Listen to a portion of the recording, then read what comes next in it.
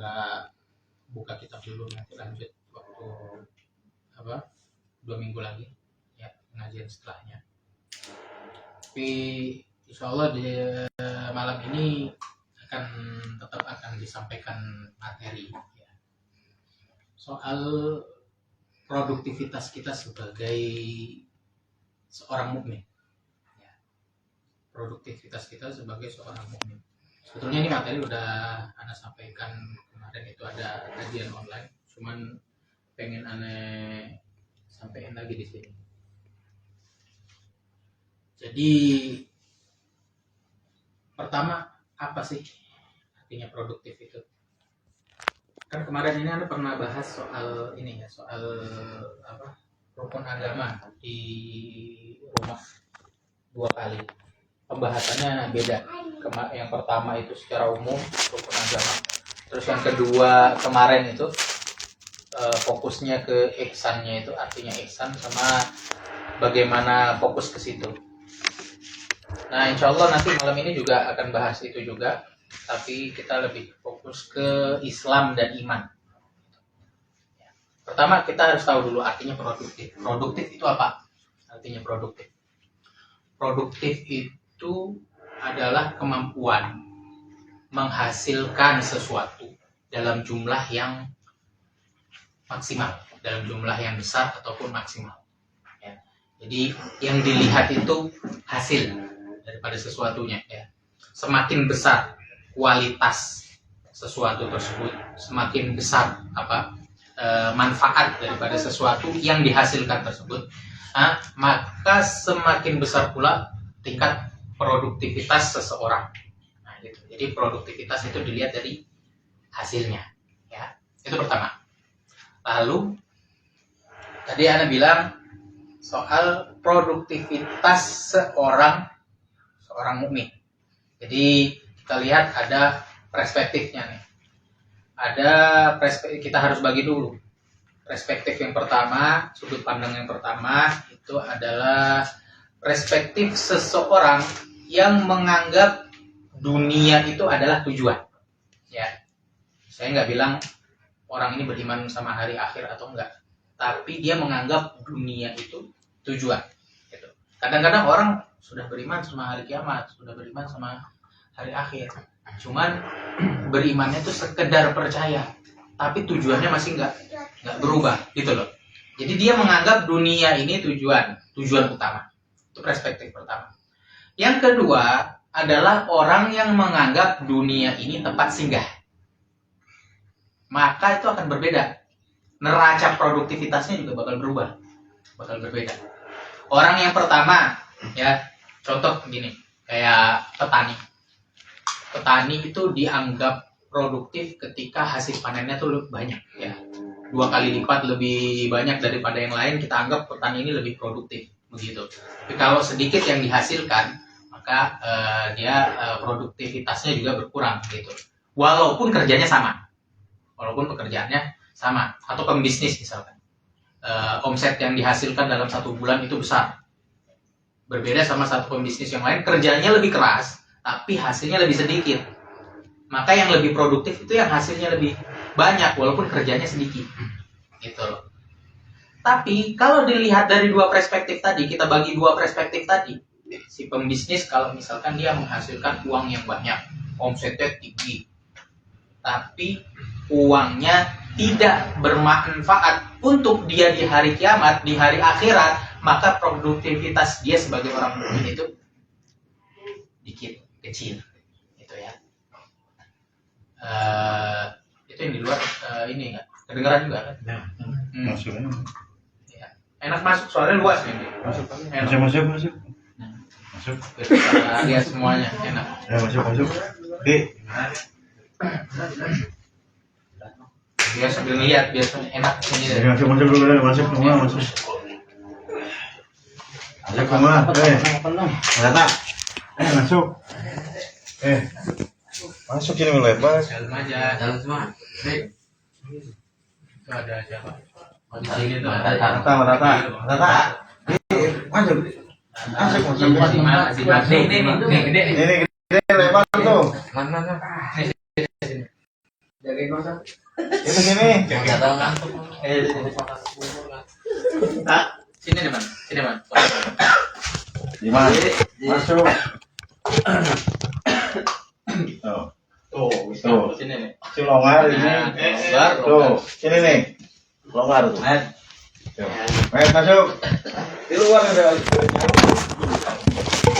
Nah, Tuh. ya. Sini. Aku masuk ya sini wartawan ini. Ngumpet lagi bos nanti. Cuman buat di belakang. Ya, jadi maka dia produktivitasnya juga berkurang. Karena apa? Karena itu juga hartanya tidak membawa dia kepada keuntungan ukhrawi, keuntungan yang sifatnya itu akhirat. Maka tadi pembisnis tadi kita anggap produktivitasnya kurang. Tapi kalau pembisnis itu gunakan uangnya untuk apa? Sesuatu yang bermanfaat untuk dirinya, atau dia mencari harta, mencari duniawi, tapi tidak mengganggu apa namanya ketaatannya dia sama Allah Subhanahu Wa Taala, syariatnya tetap dipakai, ya.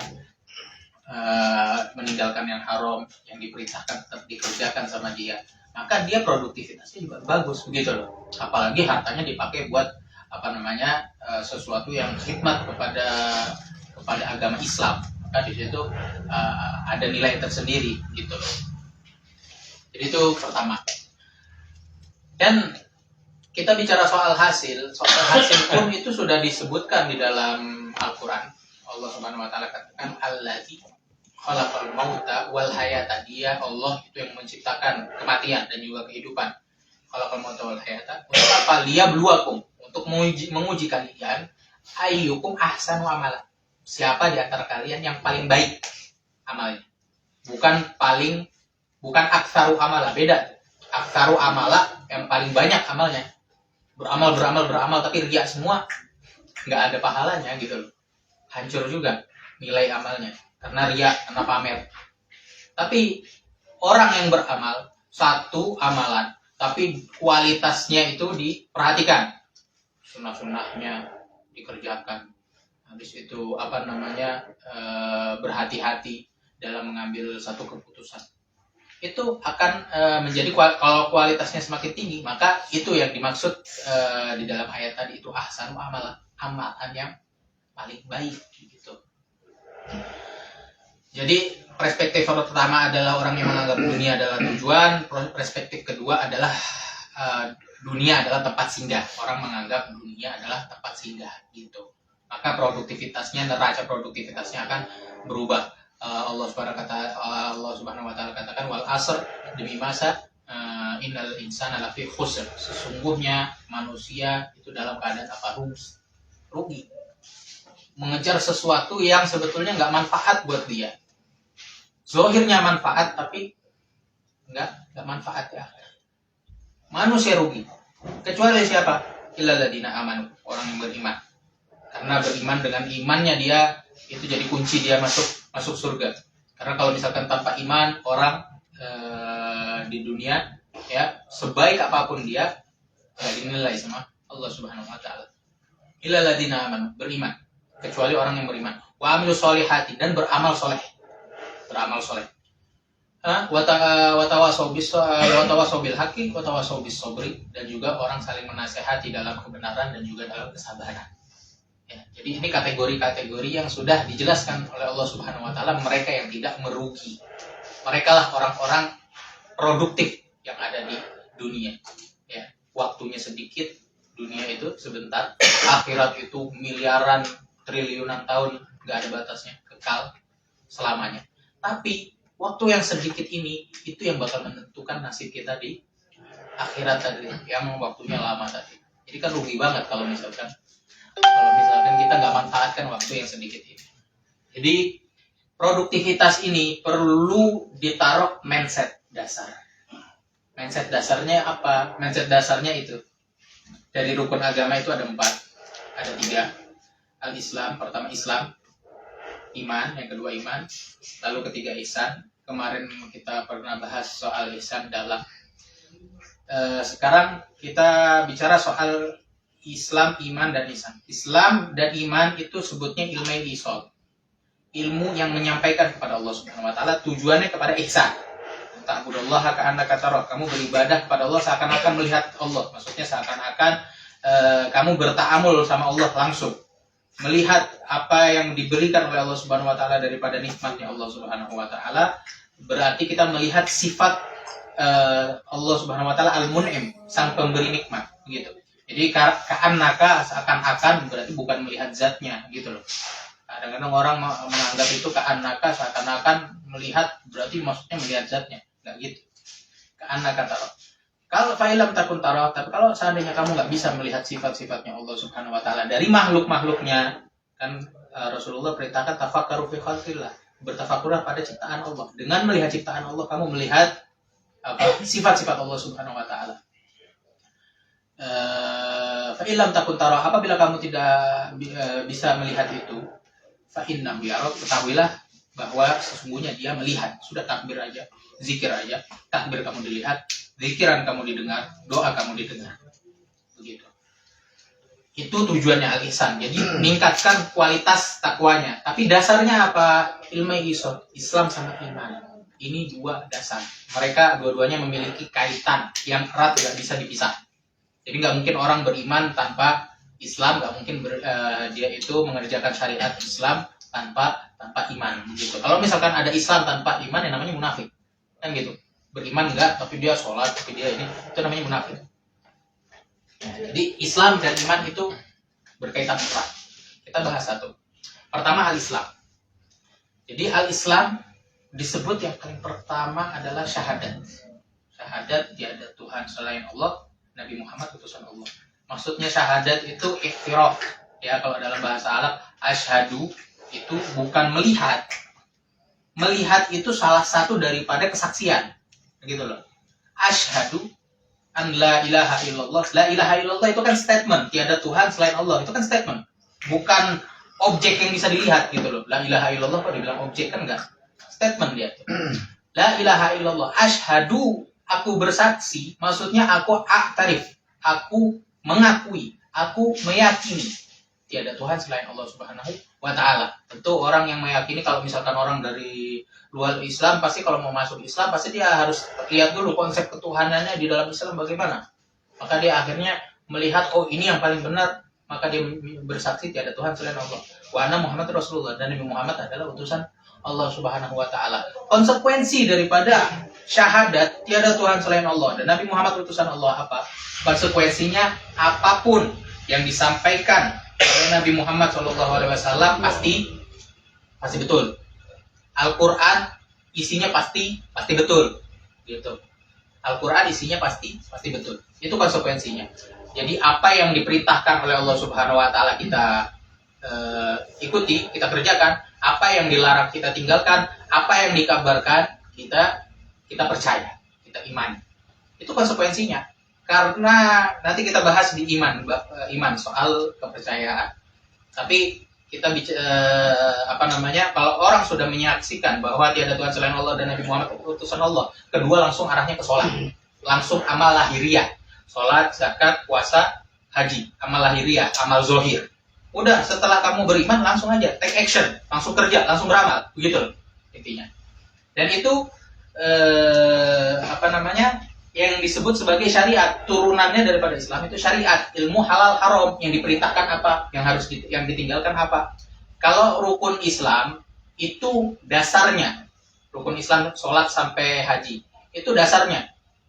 Orang kalau nggak ada apa-apa nih, nggak ada kerjaan apa-apa, yang wajib buat dia apa? Yaitu sholat, puasa, zakat, haji, itu kalau lagi nggak ada apa-apa. Tapi ketika seseorang memiliki keadaan tertentu, mau nikah ya harus belajar bab nikah, apa yang diperintahkan, apa yang ditinggalkan, gitu. Orang mau masuk ke dunia bisnis harus belajar bab muamalah dalam fikih, apa yang diperintahkan, apa yang disuruh, apa yang dilarang, gitu loh. Maka turunan daripada Islam itu syariat, ilmu halal haram. Jadi perkataan ini sudah disebutkan di dalam hadis Nabi Sallallahu Alaihi Wasallam daripada Sufyan bin Abdullah Ats-Tsaqafi radhiyallahu anhu, ya. Beliau berkata,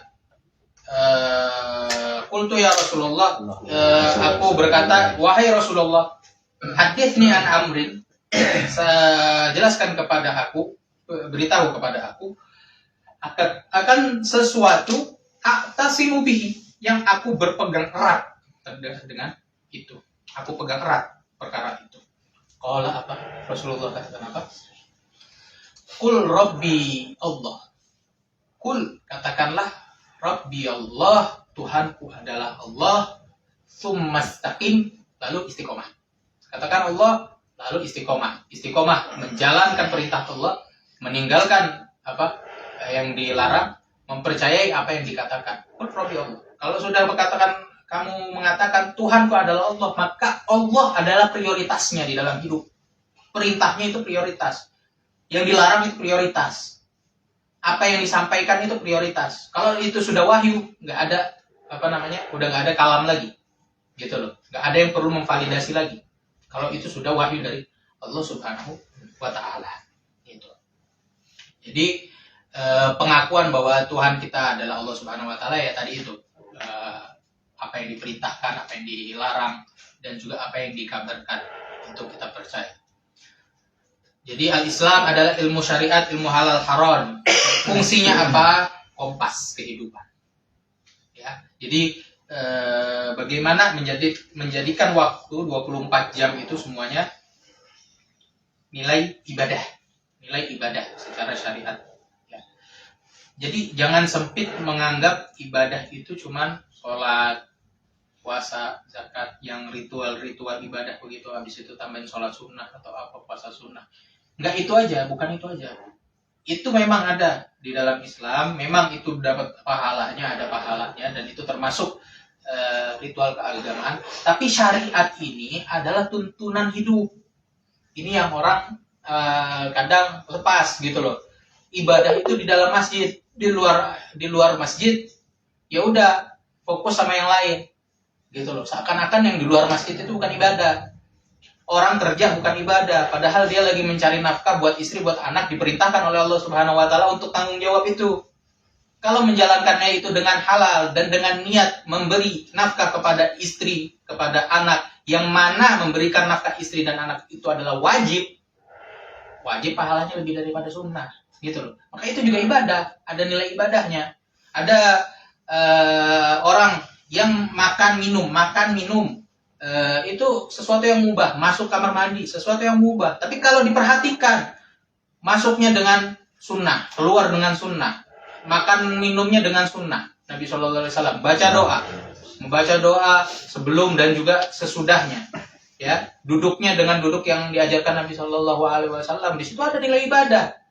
Jadi itu loh yang dilihat itu, syariat itu. Gimana kehidupan kita 24 jam mengikuti kompas syariat. Syariat itu kompasnya, Islam. Ya. Makanya Allah Subhanahu wa Ta'ala katakan, "Wa ma khalaqtul jinna wal insa illa liya'budun." Tidaklah aku menciptakan jin dan manusia kecuali untuk beribadah kepadaku.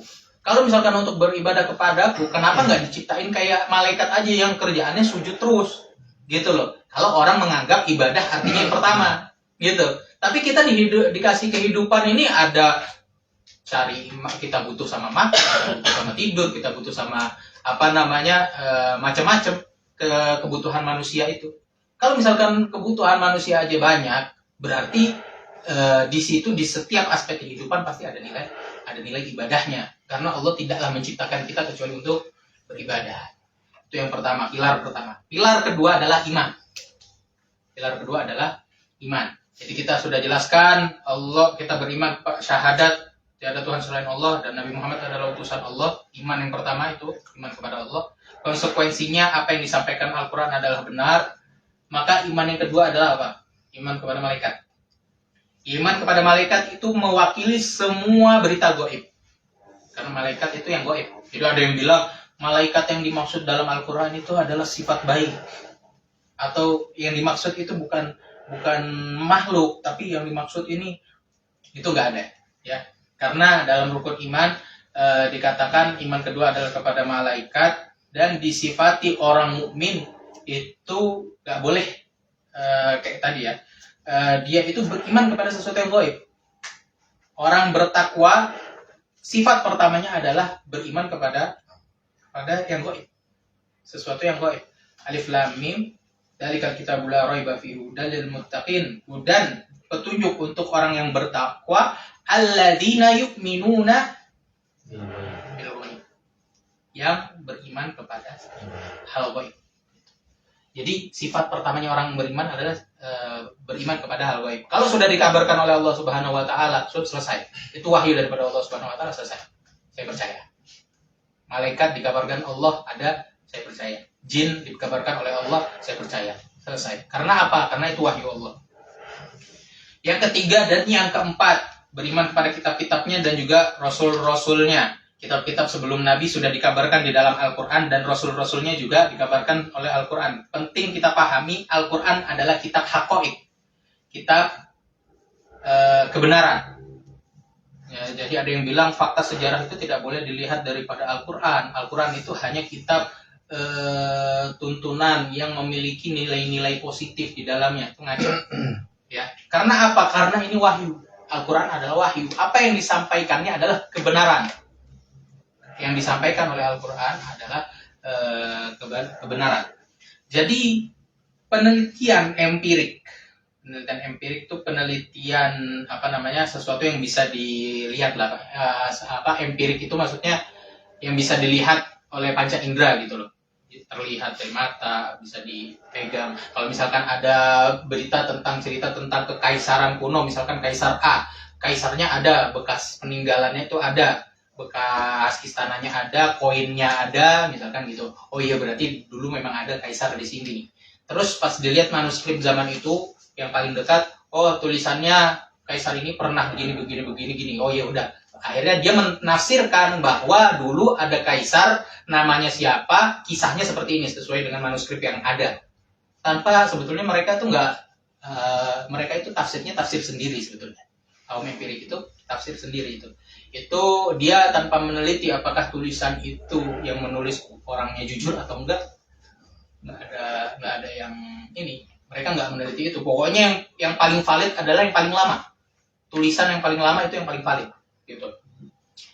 Nah, penelitian empirik itu hanya pendukung untuk Al-Quran. Tapi asasnya itu adalah Al-Quran. Ya. Kalau sudah disampaikan Al-Quran, maka penelitian empirik itu udah nggak perlu memvalidasi lagi. Begitu loh. Tiba-tiba ketika kita meneliti, maka harus penelitiannya dengan apa? Dengan asas Al-Quran. Iqra, bacalah bismi rabbikal ladzi khalaq, dengan nama Allah. Maka kita harus membaca segala sesuatu dengan nama Allah. Qiraah bismi rabb, membaca dengan nama Allah. Jadi mulainya daripada Al-Quran sebagai asas, setelahnya silahkan teliti secara empirikah itu atau bukan. Jadi itu sifat kaum empirik.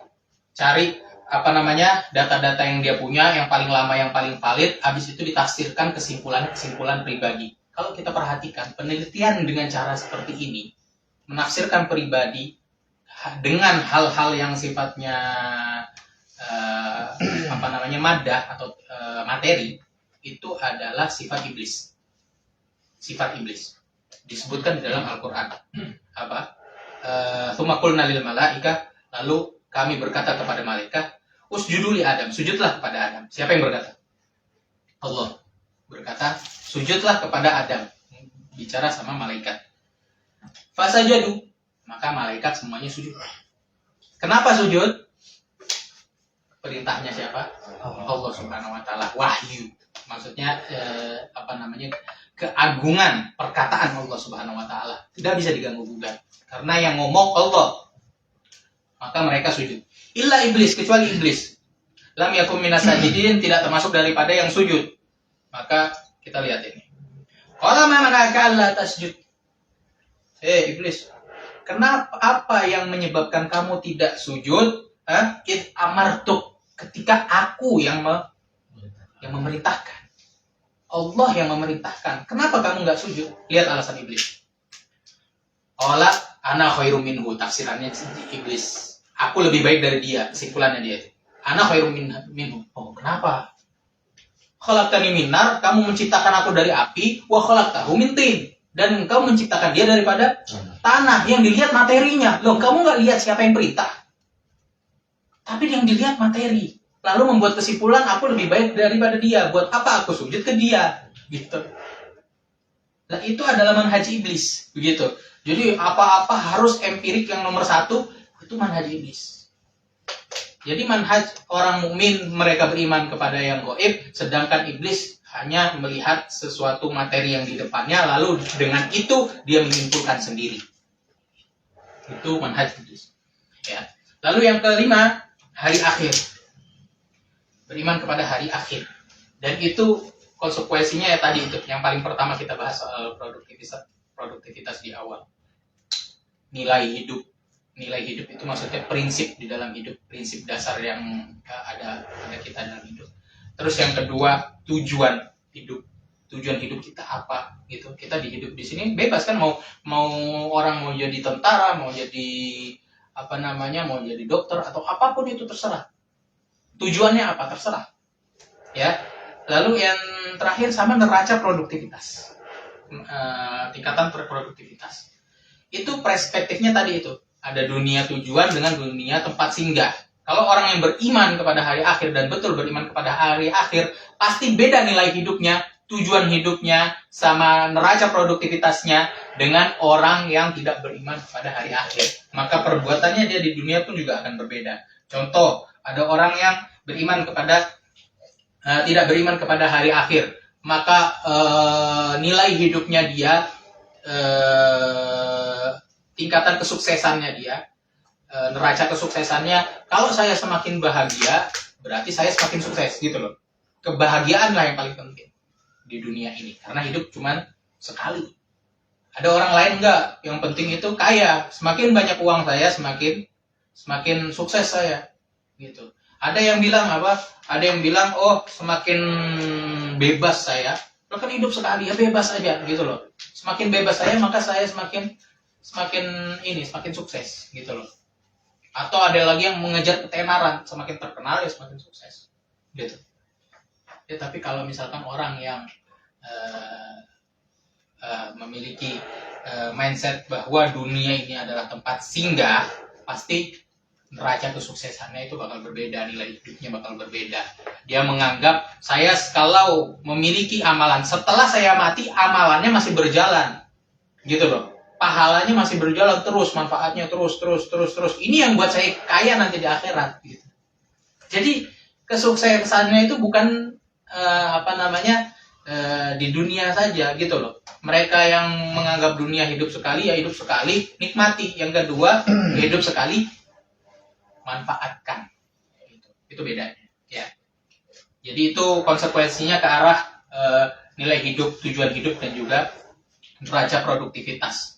Sama yang terakhir adalah beriman kepada Al-Qadar. Orang sekarang ini banyak yang debat soal Al-Qadar. Kalau misalkan Allah Subhanahu wa taala sudah menentukan segala sesuatu, amalan saya sudah ditentukan, ya berarti kenapa Allah masih mengazab saya di akhirat, masih akan menuntut perbuatan saya di akhirat, padahal perbuatan saya juga sudah ditetapkan, gitu loh. Begini, pertama, Al-Qadar itu adalah ketetapan Allah Subhanahu wa taala, baik itu yang baik ataupun buruk. Sifatnya itu segala sesuatu yang terjadi tidak akan terjadi kecuali dengan izin Allah Subhanahu wa taala. Dan Allah Subhanahu wa taala menciptakan kepada makhluk yang namanya kasb. Kasb itu artinya usaha, pilihan seorang makhluk. Kalau saya mau menurunkan tangan ini turun, saya mau mengangkat tangan ini naik, gitu loh. Dan Allah mengizinkan itu. Kalau saya mau maksiat bisa, kalau saya mau taat juga bisa. Allah memberikan pilihan kepada makhluk, ciptaan yang disebut kasb, gitu. Jadi harus bisa dibedakan. Itu sifat makhluk, ini sifat Allah, nggak bisa ditabrak.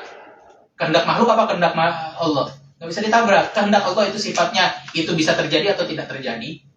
Sedangkan kehendak makhluk itu adalah pilihan, dia mau melakukan ini atau itu. Itu akan berbeda. Al-Qadar ini adalah sistem dunia bekerja. Segala sesuatu kita harus pahami yang terjadi semua izin Allah Subhanahu wa taala, sistem dunia bekerja. Kalau orang yang memiliki iman dengan qadar, ya, mereka nggak perlu untuk memperdebatkan kalau misalkan Allah ini kenapa begini. Buat apa memperdebatkan itu? Harusnya itu dijadikan strategi. Bagaimana produktivitasnya dia di dunia Dan apa yang dia mau di dunia itu bisa tercapai kalau dia paham. Paham apa? Paham konsepnya. Qadar adalah sistem dunia bekerja. Sistem dunia bekerja, semuanya ketetapan dari Allah Subhanahu wa taala. Maka caranya bagaimana? Caranya harus lihat arahan yang membuat sistem. Arahan apa aja yang dikasih sama Allah Subhanahu wa taala yang membuat sistem itu. Contoh soal kenikmatan kita hidup di dunia. Allah Subhanahu wa taala katakan la in syakartum la azidannakum. Itu yang pertama. La in syakartum la azidannakum. Kalau kamu bersyukur, maka akan aku tambah. Jadi kenikmatan yang ada pada kita di dunia ini, dengan bersyukur Allah akan tambahkan di kemudian hari. Karena kita nggak tahu apa yang terjadi di hari esok, apa yang terjadi di masa depan. Tapi Allah yang menetapkan. Allah katakan caranya untuk menambah rezeki, caranya untuk menambahkan kenikmatan, kamu lihat apa yang kamu punya, kamu lihat apa yang Allah berikan, itu syukuri. Maka Allah akan tambah. Jangan melihat yang kita nggak punya. Jangan kita mengeluh sama Allah Subhanahu wa taala. Itu poin pertama. Strategi kedua adalah ketika seseorang memiliki harapan, doa.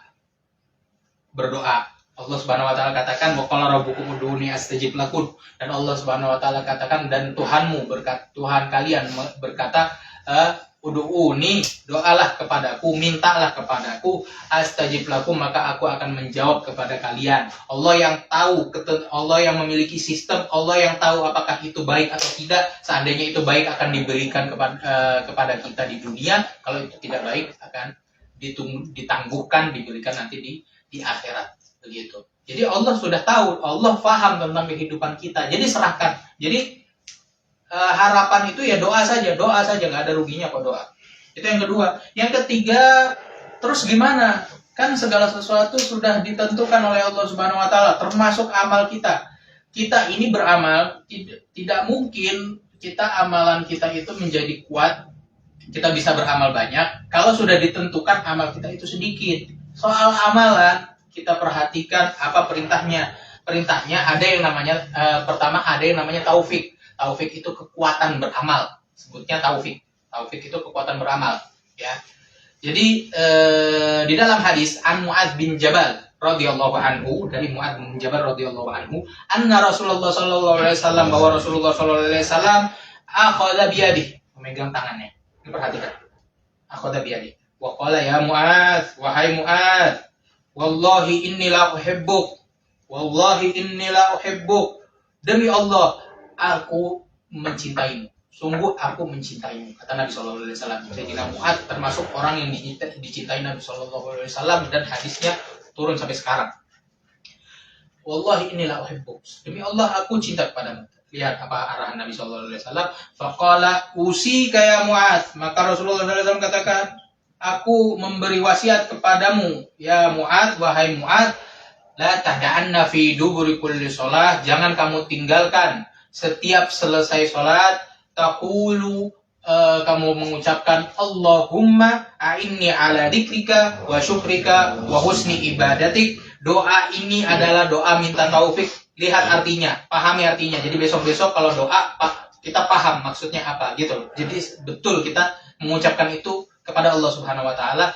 Allahumma a'inni, ya Allah bantulah aku ala dzikrik, mengingatmu. Orang itu harus mengingat Allah Subhanahu wa taala, tapi kita sering lalai, lupa, itu bagaimana? Minta itu. Allahumma a'inni, ya Allah bantu aku untuk mengingat kamu. Aku susah mengingat kamu, bantu aku untuk mengingatmu ya Allah. Allahumma a'inni ala dzikrik wa syukrik, dan juga bersyukur kepadamu, bantu juga aku. Yang pertama tadi kalau misalkan bersyukur akan ditambahkan nikmat yang diberikan oleh Allah Subhanahu wa taala, kalau kita bersyukur akan ditambahkan, tapi susah untuk bersyukur. Ini al-syukri. Bantu juga aku untuk bersyukur kepadamu. Wa husna ibadatik, dan juga beramal baik, beribadah dengan ibadah yang baik kepadamu. Jadi doa ini Allahumma inni ala dzikrika wa syukrika wa husni ibadatik adalah doa meminta taufik dengan kebaikan, taufik dengan syukur, dan juga taufik mengingat Allah Subhanahu wa taala. Itu cara kerjanya gitu loh. Kita harus paham strateginya. Jadi yang pertama, kalau misalkan ada kita mau tambahan nikmat di kemudian hari, bersyukur. Yang kedua, kalau ada harapan, berdoa. Yang ketiga, kalau misalkan kita susah untuk beramal, susah untuk syukur, dan juga susah untuk mengingat Allah Subhanahu wa Ta'ala, apa-apa pengen doa lupa, kita minta tadi, Allahumma inna dzikrik wa syukrika wa husni ibadatik, minta itu. Sekarang kalau sudah minta, bagaimana setelahnya? Kita tagih lagi Allah Subhanahu wa Ta'ala, ya Allah, mana lo udah minta belum dapet? Kan kadang-kadang gitu ya. Mana kok ini masih begini-gini aja, udah tobat, udah minta berhentiin amalannya biar udah nggak ngelakuin dosa lagi, masih aja ngelakuin dosa. Setelahnya jangan ditagih. Setelahnya Allah kasih tahu cara kerjanya, kamu harus tawakal, berserah diri pada Allah, serahkan. Udah doa, ya Allah minta ini betul-betul minta, udah serahin. Allah yang ngatur. Bukan kita yang ngatur, Allah yang ngatur. Jadi Allah Subhanahu wa Ta'ala katakan, wa may yatawakkal 'ala Allah. Barang siapa orang yang bertawakal, berserah diri pada Allah Subhanahu wa Ta'ala, fa huwa hasbuh, maka dia akan mencukupi urusannya. Allah yang ngatur. Kalau orang sudah berserah diri, Allah bakal ngatur. Innallaha balighu amrihi qad ja'alallahu kulli syai'in qadra. Jadi sesungguhnya Allah Subhanahu wa Ta'ala itu yang melaksanakan urusannya yang dikehendakinya. Allah Subhanahu wa Ta'ala yang ngatur semua itu. Qad ja'alallahu kulli syai'in qadra, segala sesuatu Allah sudah jadikan sudah membuat ketentuannya, sudah diatur sama Allah Subhanahu wa Ta'ala. Setelah itu jadi tawakal. Kalau udah tawakal baru selesai. Bagaimana kita melangkah istikharah? Nabi Sallallahu Alaihi Wasallam perintahkan kita untuk istikharah di setiap keadaan. Itu perintah Nabi Sallallahu Alaihi Wasallam. Ada hadisnya, bisa cari di Google, itu hadisnya ada tambahan doanya, Allahumma inni astaghfiruka bi'ilmika, Allah, aku memohon pilihan dengan ilmu, bukan dengan ilmuku. Karena ada pilihan menurut kita yang paling bijak, mungkin yang ini atau yang ini, tapi takut salah pilih, ya Allah bantu, pilihkan aku. Jadi apa yang kita pilih itu adalah pilihan Allah Subhanahu wa Ta'ala. Minta itu. Allahumma inni astaghfiruka bi'ilmik wa astaghfiruka biqudratik, dan aku memohon kekuatan dengan kekuatanmu, dan sampai akhir doa tinggal dicari. Jadi istikharah untuk apa? Untuk agar keputusan kita itu sudah tepat. Gimana ke depannya? Kita nggak tahu masa depan itu seperti apa. Maka istikharah, minta pilihan daripada Allah Subhanahu wa Ta'ala. Ini asas. Ini namanya iman. Iman adalah jadi apa korelasi antara Islam dan iman? Islam itu sebagai kompas kita, ya, yang mana yang boleh, yang mana yang nggak boleh, yang mana yang diperintahkan, yang mana yang perlu ditinggalkan. Sedangkan iman itu adalah apa? Iman itu adalah dasar keyakinan kita, sumber motivasi kita. Semakin bekerja itu, mengerjakan sesuatu itu menjadi lebih terarah karena ada motivasinya, gitu. Jadi Islam dan iman tidak akan terpisahkan, disebut sebagai ilmai isol, dua ilmu yang menyampaikan kepada Allah Subhanahu wa Ta'ala. Dan al-ihsan adalah ilmu usul, ilmu yang sampai kepada Allah Subhanahu wa Ta'ala, karena Allah Subhanahu wa Ta'ala katakan, innani anallah la ilaha illa ana, sesungguhnya aku adalah Allah, tiada Tuhan selain aku, fa'budni, maka beribadahlah kepada aku, wa aqimis sholata, dan dirikanlah sholat, lidzikri, untuk mengingatku. Jadi ihsan anta abudallaha ka'annaka tarahu, beribadah kepada Allah seakan-akan kamu melihat Allah, maksudnya mengingatku. Beribadahlah dengan mengingat Allah Subhanahu wa Ta'ala. Mengingatnya lewat apa? Lewat makhluk-makhluknya. Tafakkaru fi khalqillah, bertafakurlah pada makhluknya Allah. Wala tafakkaru fillah, dan jangan bertafakur pada zatnya Allah. Itu perintah Nabi Sallallahu Alaihi Wasallam. Cuman banyak orang yang masih terobos, masih mikirin zatnya, masih mikirin, banyak yang menerobos itu. Di mana Allah masih dipertanyakan. Tidak perlu. Nabi Sallallahu Alaihi Wasallam sudah larang itu. Jangan tafakur pada zatnya Allah Subhanahu wa Ta'ala. Insya Allah apa yang disampaikan ini bisa jadi bermanfaat dalam kehidupan kita. Amin. Meningkatkan produktivitas kita sebagai seorang mukmin yang menguntungkan kita nanti di akhirat kelak. Amin ya rabbal alamin. insyaallah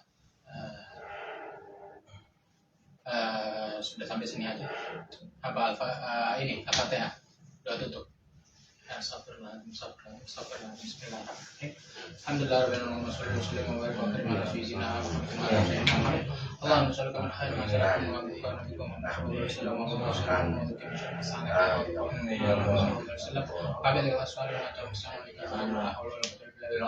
Rabbana hab lana min azwajina wa dhurriyyatina qurrata a'yun waj'alna lil muttaqina imama. Rabbana hab lana walidina warhamna warhamhum kama rabbana atina fid dunya hasanah wa fil akhirati hasanah wa qina adzabannar. Taqabbal minna innaka antas samiul alim wa tub 'alaina innaka antat tawwabur rahim.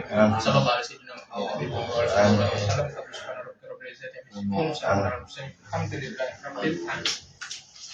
Mulaya sholli wa sallim daiman abadan ala habibika khairil khalqi kullihim ya rabbi bil mustafa balligh maqasidana waghfir lana ma madha ya wasi'al karami Habibul ladzi turja syafa'atuhu li kulli haulin minal awalil muqtahimi ya rabbi bil mustafa balligh maqasidana waghfir lana ma madha ya wasi'al karami ya